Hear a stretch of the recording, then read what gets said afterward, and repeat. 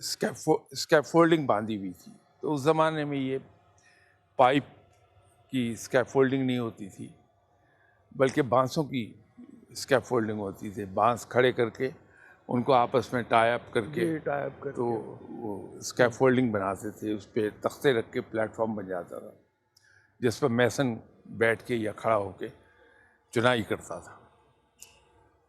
تو مکان بن رہا تھا, بہت سے مزدور کام کر رہے تھے. انفارچونیٹلی اس کی تیسری چوتھی منزل پر جو اسکیفولڈنگ تھی اٹ گیو ان, لوگ نیچے گرے. تو ایک بڑا بانس تھا, وہ 2 آدمیوں کے ہاتھ میں آ گیا. اس کو پکڑ کے وہ لٹک گئے, لیکن بانس جھکتا جا رہا تھا اور اندیشہ یہ تھا کہ کسی لمحے ٹوٹ جائے گا. اب جو 2 آدمیوں نے پکڑا, ان میں ایک میسن تھا جو خاصا معمر تھا اور دوسرا نوجوان تھا. تو نوجوان نے ان سے کہا کہ دیکھیے میری ذمہ داریاں نہیں ہیں, یہ ہم 2 آدمیوں کا بوجھ نہیں سہار پائے گا. یہ تو چونکہ میری ذمہ داریاں نہیں, کوئی نقصان نہیں ہوگا زیادہ میرے مر جانے سے, تو میں بانس چھوڑ رہا ہوں. تو وہ جو ایلڈرلی صاحب تھے انہوں نے کہا کہ نہیں, تم ابھی ینگ ہو, تم نے ابھی دنیا دیکھنی ہے. میں دنیا دیکھ چکا, میری ذمہ داریاں بھی پوری ہو چکی. اگر میں مر جاؤں تو کوئی فرق نہیں پڑے گا. تو وہ نوجوان جواب میں بحث کرنے لگا, تو سڈنلی اس نے ریئلائز کیا کہ ان بزرگ صاحب نے بانس چھوڑ دیا ہے. تو بانس اس کا بوجھ سہار کے کھڑا ہو گیا. اب یہ کہانی کہیں کلاس 4 میں پڑھی تھی میں نے. اب آپ اندازہ کر سکتے ہیں کتنی قدیم بات ہے, لیکن وہ یہ کہانی میرے ذہن پہ آج بھی ثبت ہے, امپرنٹ ہوئی بھی ہے. یہ کہانیاں جب ہم پڑھاتے ہیں بچوں کو ارلی ایج میں, یہ کہانیاں ان کے ذہن پر امپرنٹ ہو جاتی ہیں, ایک نقش وہاں بیٹھتا ہے, اور وہ ان نوئنگلی ایسے تاثرات جو اس کے ذہن پہ قائم ہو گئے وہ اس کی زندگی کو گورن کرتے ہیں, اس کی زندگی کے رویے اس سے گورن ہوتے ہیں. تو ہمارے یہاں وہ نظام تعلیم چینج ہو گیا. ہم نے ایسی تمام چیزیں ٹیکسٹ بک سے نکال کے باہر پھینک دی. آج ہم روتے ہیں کہ ہمیں آزادی کی قدر نہیں ہے. ہماری کلاس 5 میں شاید یا کلاس 3 میں ایک کہانی تھی کہ 2 بھیڑیے تھے جنگل میں جو ایک دوسرے کے بڑے قریبی دوست تھے. ایک دن جنگل میں شکاری آ گئے اور ان 2 بھیڑیوں میں سے ایک بھیڑیا شکاریوں کے ہاتھ چڑھ گیا. انہوں نے جال سے اسے پکڑا اور لے گئے. اب یہ اکیلا رہ گیا, گھومتا رہتا تھا جنگل میں. بہت عرصے کے بعد ایک دن سڈنلی اس کا دوست جو پکڑا گیا تھا وہ اسے جنگل میں مل گیا. وہ شکاریوں کے ساتھ آیا ہوا تھا, تو اس کی صحت بڑی اچھی تھی, بڑا فربا ہوا تھا, اور یہ جو جنگل میں آزاد پھرتا تھا, یہ ہڈیوں کا پنجر تھا. تو دونوں ملے, بڑے خوش ہوئے. تو وہ جو فربا بھیڑیا تھا اس نے اپنے ساتھی کو دیکھ کے کہا کہ تمہیں کیا ہوا, ہڈیوں کا ڈھانچہ بن گئے ہو. تو اس نے کہا کہ اصل میں آج کل شکاری زیادہ ہو گئے ہیں, تو شکار کرتے رہتے ہیں جانوروں کا, تو مجھے کبھی کبھار کھانے کو ملتا ہے. کوئی شکار ہاتھ آ گیا میں نے کھا لیا, نہیں تو فاقے رہتے ہیں.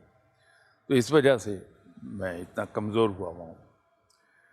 تو جواب میں اس نے کہا کہ تم سناؤ, تمہاری تو صحت بہت اچھی ہے, بڑے فربا ہو. اس نے کہا ہاں, یہ شکاری مجھے پکڑ کے لے گئے تھے جب میرا زخم ٹھیک ہو گیا, تو اب یہ مجھے اپنے گھر میں پالے ہوئے ہیں, اور تینوں وقت اینڈ ٹائم پر بغیر کسی ایفرٹ کے کھانا ملتا ہے, اور میں مزے میں رہتا ہوں. تو اس نے ایک آفر کی کہ اگر تم کہو تو میں اپنے مالکان سے بات کروں کہ تمہیں بھی لے جائیں اپنے ساتھ، تو دونوں دوست وہاں رہیں گے، تمہاری صحت بھی ٹھیک ہو جائے گی، بغیر کسی ایفرٹ کے کھانا کھانے کو ملے گا۔ تو اس بھیڑیے نے کہا کہ ہاں ٹھیک ہے، بات کر لو تم اپنے مالکان سے۔ جب وہ جانے لگا تو یہ جنگل والے بھیڑیے کی نظر اپنے دوست کی گردن پر پڑی، تو وہاں ایک بلیک رنگ بنا ہوا تھا۔ تو اس نے بڑے فکر سے پوچھا کہ یہ کیا ہوا تمہاری گردن کو، تمہاری گردن کے گرد یہ رنگ کیسا کالا بن گیا؟ تو بھیڑیے نے جواب دیا نہیں کچھ نہیں ہے، وہ ایسا ہے میرے مالکان مجھے پٹے سے باندھ کے رکھتے ہیں، تو یہ پٹے کا نشان ہے جو گردن پر آ گیا ہے۔ تو اس بھیڑیے نے کہا کہ یہ کھانا اور یہ صحت تمہیں مبارک، مجھے اپنی آزادی بڑی عزیز ہے، تو میں نہیں جانا چاہوں گا۔ اب یہ کہنے کو بڑی چھوٹی سی ایک کہانی تھی، لیکن انسانی رویوں پر، زندگی بھر کے رویوں پر یہ چیزیں اثر رکھتی ہیں۔ ہمیں اگر جان چھڑانی ہے معاشرے میں جو کچھ ہو رہا ہے ان سب چیزوں سے، تو اس کی ابتدا ہمیں پرائمری ایجوکیشن سے کرنا ہوگی کہ وہاں بڑی میننگ فل چیزیں پڑھائی جانی چاہیے، اور بڑے انڈائریکٹ وے میں، ڈائریکٹ نصیحت ہم نہیں کریں کہ ہر کہانی کے نیچے مورل آف دی اسٹوری ضرور لکھا ہو، وہ غلط ہو جائے گا۔ کہانی بیان ہو جائے، بچہ اس کو پڑھے، اس کے ذہن میں ایک تھاٹ پروسیس چلنا چاہیے، وہ خود نتائج اخذ کرے گا اس کہانی سے، اور وہ نتائج اس کے رویوں کو بدل دیں گے۔ یہ ہم نے بہت بڑی ایک غلطی کی ہے کہ ہم نے اپنے آپ کو اپنے اسلاف کی کہانیوں سے بہت دور کر دیا، اور یہ کہانیاں وہ تھیں جو ہماری کیریکٹر بلڈنگ کرتی تھی، وہ نہیں ہوتی۔ نتیجہ یہ ہے کہ یہ جو ہم سوسائٹی میں آج جو کیاؤس دیکھ رہے ہیں، یہ اور بات ہے کہ مسلمان کی اساس ایسی ہے کہ یہ اس گئے گزرے زمانے میں بھی اپنے بھائیوں کے لیے تڑپتے ہیں۔ میرے خیال میں چلتے ہیں کچھ سوالوں کی طرف۔ جی میرا کوشچن یہ ہے کہ جیسا آپ نے بات کی کہ عدم برداشت جو ہے وہ بیسیکلی ایک اجتماعی یا انفرادی عمل ہے جو ہم کر رہے ہوتے ہیں، ٹھیک ہے، لیکن اس میں یہ سمجھتی ہوں کہ اگر یہ عدم برداشت کا جو معاملہ ہے یہ ہم کیا بچوں میں خود سے بہت بچپن سے نہیں ڈال رہے ہوتے؟ کیونکہ کچھ لوگوں کا ماننا ہے کہ آپ کا بچہ جو ہے اگر آپ اس کو یہ چیز نہیں لے کر دو گے تو وہ مینٹلی ڈسٹرب ہو جائے گا، اگر آپ اس کو اس طرح سے بیہیو نہیں کرو گے تو وہ مینٹلی ڈسٹرب ہو جائے گا۔ اور ہم کیا کرتے ہیں کہ ہم شروع سے ہی بچے کی ہر چیز کو جو ہے وہ ماننا شروع کر دیتے ہیں، اس کی ہر بات کو ماننا شروع کر دیتے ہیں، اور الٹیمیٹلی کیا نتیجہ نکلتا ہے کہ آپ کا بچہ کل کو اگر کوئی چیز نہیں ملتی یا اس کی مزاج کے خلاف کوئی بات ہوتی ہے تو وہ برداشت نہیں کرتا اس چیز کو۔ تو میرا خیال ہے کہ ایجوکیشن سے پہلے جو ایک چیز ہے وہ عدم برداشت ہم خود اپنے گھروں میں اپنے بچوں میں ڈیولپ کر رہے ہیں، یا آپ کے خیال میں یہ ایسی بات ہے یا کوئی اور ریزن ہے جو کہ بچوں میں یہ چیز ڈیولپ ہو رہی ہے؟ کیونکہ اب تو یہ بات بہت زیادہ جو ہے وہ ہمارے دیکھنے میں آ رہی ہے۔ دیکھیے، جیسے میں نے عرض کیا تھا کہ عدم برداشت حالات کے نتیجے میں پیدا ہوئی ہے۔ یہ جس طرف آپ نے اشارہ کیا ہے یہ بڑا امپورٹنٹ فیکٹر ہے بچے کی پرورش میں، اس کی تربیت میں۔ ہمارے یہاں ایک اور جو چیز پیدا ہوئی ہے وہ ہے کہ ہم ناکامی سے بڑے خوف زدہ ہیں، اور دوسرا ہمارے اندر انکار سننے کا حوصلہ نہیں ہے۔ یہ جو ناکامی سے خوف زدہ ہو گئے ہم اور انکار سننے کا حوصلہ نہیں رہا، یہ اس چیز کا نتیجہ ہے جو ہم یہ کہہ رہے ہیں۔ ہم نے مغرب سے سیکھا کہ بچے کو انکار مت کرو، ورنہ اس کے اندر کانفیڈینس کم نہیں پیدا ہوگا۔ ہم نے بغیر کچھ سوچے یہ رویہ اپنایا، نتیجہ اس کا یہ ہو گیا کہ کہاں ہمیں رک جانا چاہیے، کہاں نہیں رکنا چاہیے، وہ حدود ہمیں پتہ نہیں چلی، اور ہم ایک ہی ڈگر پر بچے کی پرورش کرتے چلے گئے۔ اب ایسا بچہ جس کی ہر ضد پوری کی جا رہی ہے، اس کو انکار سننے کی عادت نہیں ہے، اس کو کسی بات سے روکا نہیں جا رہا، تو جب کوئی اسے روکے گا تو ریئیکٹ کرے گا۔ یہ بچے کے اندر شروع دن سے اگر ہم ایک چیز پیدا کر دیں، وہ میری بیٹی کے بچے یہاں سے ٹرانسفر ہو گئی تھی میری بیٹی کے ہسبینڈ کی، تو وہ یو کے چلے گئے، وہاں جا کے انہوں نے چھوٹی چھوٹی بچیاں تھیں 2، انہیں داخل کرا دیا اسکول میں۔ تو سڈنلی مہینے 2 مہینے کے بعد انہوں نے ریئلائز کیا کہ پاکستان سے یہ بہت کچھ سیکھ کے آئی تھی، میتھ اور دوسری چیزیں، تو یہ تو وہ بھولتی جا رہی بجائے اس کے کہ بہتر ایجوکیشن ہوتی، یہ تو بھولتی چلی جا رہی ہیں۔ تو یہ فکر مند ہوئی کہ یہ کیا ہوا، اسکول بہت اچھا تھا، تو یہ جا کے ہیڈ ٹیچر سے ملی، اسکول کے پرنسپل سے، تو وہ انگریز تھی، اس سے انہوں نے جا کے کہا کہ اس طرح ہم لوگ آن ٹرانسفر آئے ہیں ٹو یو کے، اور یہ میری بچیاں آپ کے اسکول میں داخل ہوئی ہیں، تو یہ تو بہت کچھ سیکھ کے آئی تھیں، وہ رفتہ رفتہ بھول رہی ہیں سب کچھ، تو آپ ان کی ایجوکیشن کا کچھ کریں۔ تو وہ پرنسپل نے انہیں بڑا پولائٹلی جواب دیا کہ نہیں، یہ کلاس 1 کلاس 2 میں ہیں، تو ہم انہیں پڑھائیں گے نہیں، اس لیول پر ہم بچوں کو صرف ایک تربیت دیتے ہیں کہ تمہارے حقوق کیا ہیں معاشرے میں، اور تم نے انہیں گارڈ کیسے کرنا ہے، دوسروں کے حقوق کیا ہیں اور تم نے انہیں ریسپیکٹ کیسے کرنا ہے دوسروں کے حقوق کو۔ اس کے بعد پھر ہم دوسری طرف توجہ دیں گے، لیکن ابھی ان کی صرف ہم یہی تربیت کر رہے ہیں کہ ان کو یہ پتہ ہونا چاہیے کہ معاشرے میں ہمارے یہ حقوق ہیں، اور اس کی مجھے حفاظت کرنی ہے اپنے حقوق کی، اور یہاں آ کے میری حقوق کی لائن ختم ہو جاتی ہے، ڈرا ہو جاتی ہے، اس کے آگے سامنے والے انسان کے حقوق شروع ہو جاتے ہیں، اور مجھے ہر حال میں انہیں ریسپیکٹ کرنا ہے۔ تو انہوں نے مجھ سے ذکر کیا، تو میں نے کہا کہ یہ تو بڑی کمال کی بات ہے، اپنے بچوں کو اسی اسکول میں رہنے دیں۔ اب وہ بہت اچھی پڑھ رہی ہیں، علم بھی آنا شروع ہو گیا۔ اب ہم لوگ یہ نہیں حد مقرر کرتے کہ کہاں پر کیا کرنا ہے کیا نہیں کرنا، بچے کو ہم بدتمیزی سے روکتے نہیں بالکل کہ اس کا کانفیڈنس شیک ہو جائے گا۔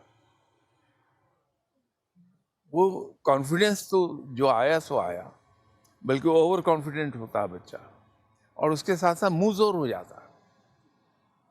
زندگی میں جب اس کو جھٹکے ملتے ہیں تو اس کے اندر انٹالرنس ابھرتی ہے،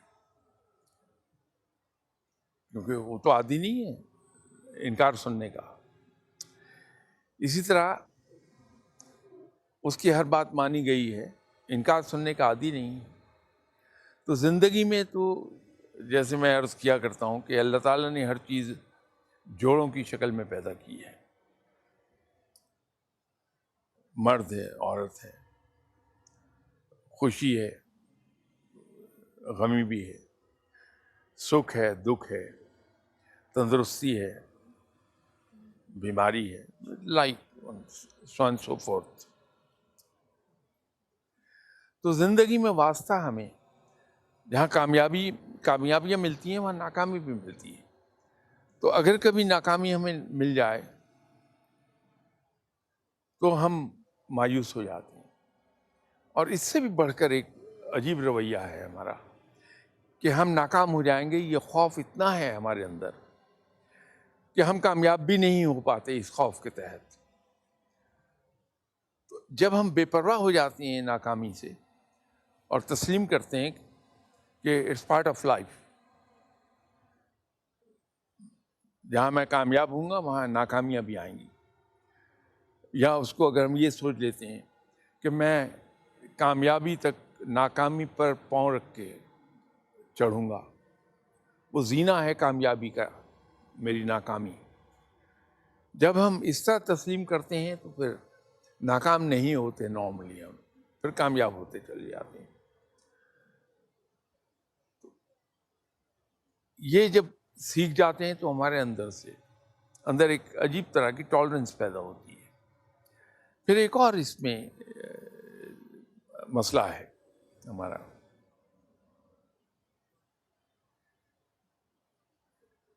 پہاڑی ندی ہوتی، اس میں پانی کی گہرائی عام طور پر 6 انچ 8 انچ ایسی ہوتی ہے، اس سے زیادہ نہیں ہوتی، نیرو پارٹ کی ہوتی ہے وہ. لیکن اس میں بہت تیز ہوتا ہے اور بہت شور مچاتی ہے وہ ندی. یہی ندی جب چلتی ہے آگے تو اس میں دوسرے سائڈوں سے ڈسٹریبیوٹریز اس کی وہ شامل ہونے لگتی ہیں اور اس ندی میں پانی بڑھنے لگتا ہے. جو جو اس میں پانی بڑھتا ہے اس کا شور کم ہوتا چلا جاتا ہے. تو انسان جتنا شیلو ہوتا ہے وہ اتنا ہی اپنے بارے میں سینسیٹیو ہوتا ہے کہ لوگ کوئی مجھے چھوٹا کیوں سمجھے، تو ذرا سی تنقید اسے برہم کر دے گی.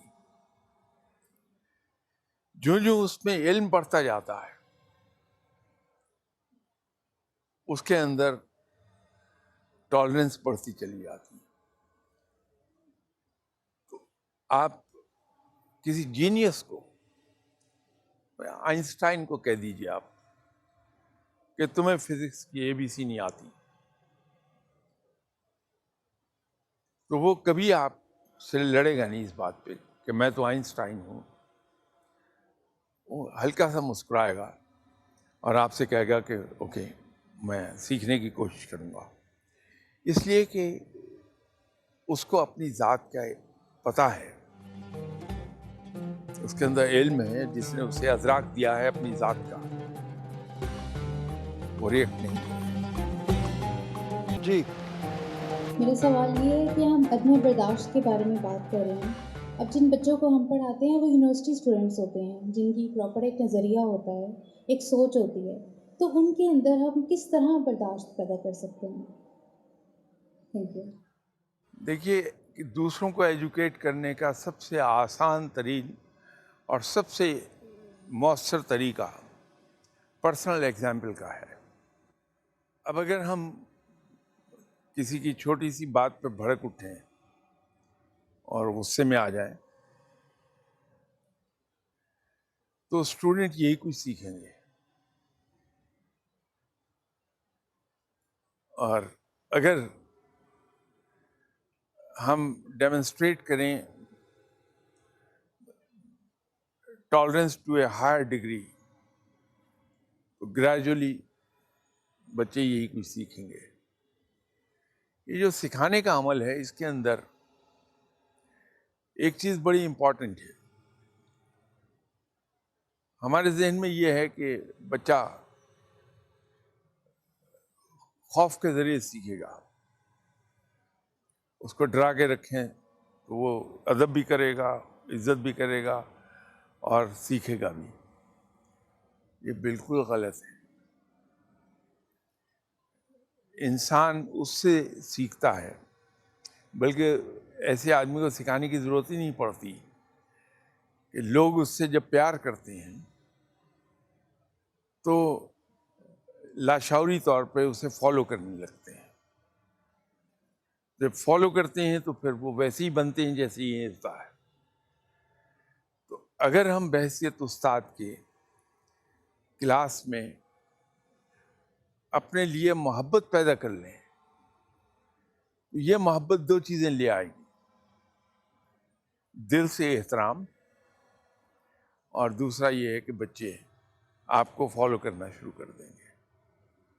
اور پیار انسان کو نہیں ملتا ہے ماں سوائے ایک صورت کے، وہ ہے پیار دینے سے پیار ملے گا ورنہ نہیں ملتا. تو جب ہم دوسروں کو پیار بانٹنے لگتے ہیں تو جواب میں ہمیں پیار بھی ملتا ہے اور احترام بھی ملتا ہے. جی آپ ہیں؟ السلام علیکم، میرا وعلیکم نام السلام. ہبا جاوید ہے. میرا سوال یہ ہے کہ جیسے ہم معاشرے کی بات کر رہے ہیں تو ایک پہلو اور بھی ہے کہ عدم برداشت انسان کے اندر چھپی مایوسی سے جنم لیتا ہے، تو آپ اس کے بارے میں کیا کہیں گے؟ انسان کو ہمیشہ پر امید رہنا چاہیے، اور انسان پر امید ایک صورت میں رہتا ہے کہ اچھے لوگوں کی صحبت میں بیٹھتا ہے انسان. جو لوگ بہت کامیاب ہیں ان کی صحبت میں بیٹھتا ہے تو بات بے بات پر کہیں نہ کہیں ان کی زندگی کے واقعات سامنے آ جاتے ہیں. ان کو جب سنتا ہے انسان تو ان کے اندر امید جاگتی ہے. ایک اور اس کا بڑا اچھا طریقہ ہے پر امید رہنے کا، اور وہ آپ کو رب کے قریب بھی لے جائے گا، رب سے محبت بھی آپ کے دل میں پیدا کر دے گا. وہ یہ ہے کہ ہم، جیسے انگریز مشورہ دیتا ہے کہ روزانہ رات سوتے وقت دن بھر کا جائزہ لیجیے، آج میں نے کیا کیا، کہاں وقت ضائع کیا، کیا کھویا، کیا پایا. ہم اس کا یوں جائزہ لیں کہ ہم اپنی زندگی میں کب کب مایوس ہو گئے کہ اب یہ کام ہمارا نہیں ہوگا، لیکن رب تعالیٰ نے غیب سے اسباب بنائے اور ہمارا کام ہو گیا. کب میں یہ سمجھا کہ میرے یہ ریسورسز نہیں پیدا ہوں گے، لیکن رب نے غیب سے ریسورسز پیدا کر دیے. میں پھنس گیا تھا جب کہاں کہاں مجھے یہ یقین ہوا میں نکل نہیں سکتا، رب نے غیب سے اسباب بنائے اور مجھے رب نے نکال دیا. جب ہم یہ سوچتے ہیں تو ہم پر امید ہوتے ہیں، آپٹمسٹک ہو جاتے ہیں. ہمیں یہ ہوتا ہے کہ اگر میں اتنی جگہوں سے اللہ نے مجھے بچا لیا تو یہاں بھی بچا لے گا. جو رب آج تک مجھے پالتا رہا وہ کل بھی پالے گا. اب یہ ایک امید ہمارے دل میں پیدا کر رہا ہے، اور انسان جس کو اس طرح سے سمجھتا ہے کہ یہ مجھے پال رہا ہے، یہ مجھے لک آفٹر کرتا ہے، یہ میرا خیال کرتا ہے، اس کے لیے انسان کے دل میں محبت پیدا ہوتی ہے. تو یہ دونوں چیزیں اس سے آ جائیں گی. آپٹمسٹک بھی ہو جائیں گے آپ لوگ، بلکہ یقین ہو جائے گا کہ میرا رب مجھے بچا لے گا، میرا رب میرے کام کر دے گا. اور رب کے ساتھ محبت بھی بہت پیدا ہوگی جو رفتہ رفتہ پھر عشق میں بدل جاتی ہے. یہ ایک صاحب کا سوال ہے اور وہ یہ اسی سے متعلق ہی ہے. وہ کہتے ہیں کہ گاڑی پہ میں جا رہا تھا اور یہ جو لوڈر والا ہے ایک اس نے میری گاڑی کو مار دیا اور میرا نقصان کر دیا، میرا بمپر ٹوٹ گیا. اب وہاں جو لوگ اکٹھے ہو رہے ہیں وہ سارے کہہ رہے ہیں جی غریب آدمی آپ برداشت کریں، اور میرا جو ہے بمپر وہ نیا ڈلوانے کا مجھے پتہ ہے 25,000 روپیہ لگ جانا ہے. تو ایسے میں کیا کیا جائے آدمی؟ مطلب اگر میں برداشت بھی کروں گا تو مجھے غصہ پھر بھی آئے گا اور میں اس کو بد دعائیں دے رہا ہوں اور یہ کہہ رہا ہوں کہ تم نے میرا اتنا نقصان کر دیا. یہ روز کا معمول ہے مطلب دیکھا جائے. اگر انسان یہ سمجھ لے کہ یہ جو میرا نقصان ہونا تھا تو ہو گیا، میں اگر اس کے ساتھ جھگڑا بھی کروں گا اس کے پاس ہے ہی نہیں، میں اسے جان سے بھی مار دوں تو 25,000 روپیہ نہیں نکلے گا مجھے. اس سے. تو جب اس سے کچھ حاصل ہی نہیں ہونا مجھے جھگڑے سے, تو پھر یہ بہتر نہیں میں رب کو راضی کر لوں اور میں اسے کہوں کہ کوئی بات نہیں, ہو جاتا ہے, تم انسان ہو, غلطی ہو گئی, چلے جاؤ. رب بھی راضی ہو گیا اور یہاں جو درد ہے وہ بھی کم ہو گئی. کیونکہ یہ بڑا ضروری ہے کہ جس سے ہم جھگڑ رہے ہیں وہ دوسرا آدمی یہ افورڈ کر بھی سکتا ہے یا نہیں کر سکتا. اس میں ایک بڑا پہلو وہ آ جاتا ہے کہ اس نے پھر یہی کرنا ہے لوڈر والے نے, نہ ان کے پاس لائسنس ہے, نہ اس نے نمبر پلیٹ لگائی ہوئی ہے, نہ وہ لیگلی قانونی طور پہ چلا رہا ہے مطلب اس کو. نہیں, لیکن اگر آپ اسے ماریں پیٹیں گے تو بھی فائدہ کچھ نہیں ہے. وہ نہیں سیکھے گا, اس کو احترام نہیں ہے یا اس کو سکھایا نہیں گیا, یا ہو سکتا ہے کہ کوئی مجبوری ایسی ہو کہ وہ لائسنس نہیں لے پا رہا لیکن اسے پیٹ پالنا ہے, اس مجبوری کے تحت وہ کر رہا ہے. تو آپ کے مار پیٹ سے وہ نہیں سمجھے گا کبھی بھی. اگر مار پیٹ سے سمجھ رہے ہوتے تو چوروں کے ساتھ جو سلوک تھانے میں ہوتا ہے تو دوبارہ کوئی آدمی چوری نہ کرے. لیکن عجیب بات ہے کہ چور تھانہ بھگت کے جاتا, دوبارہ چوریاں شروع کر دیتا. تو وہ حل نہیں ہے. لیکن شاید آپ کے اس فراخ دلانہ رویے کے جواب میں اس کے دل میں خوف پیدا ہو جائے کہ یار کوئی بڑا ہی بھلا آدمی تھا, اتنا میں نے نقصان کر دیا. تو مسکرا کے کہا کہ کوئی بات نہیں, انسان ہو جاتا ہے, جاؤ. تو وہ جتنا شرمندہ ہوگا آپ کے اس رویے کے جواب میں, وہ شرمندگی اس کو دوبارہ وہ حرکت نہیں کرنے دے گی, کیئرفل رہے گا. اس کا احتمال زیادہ ہے.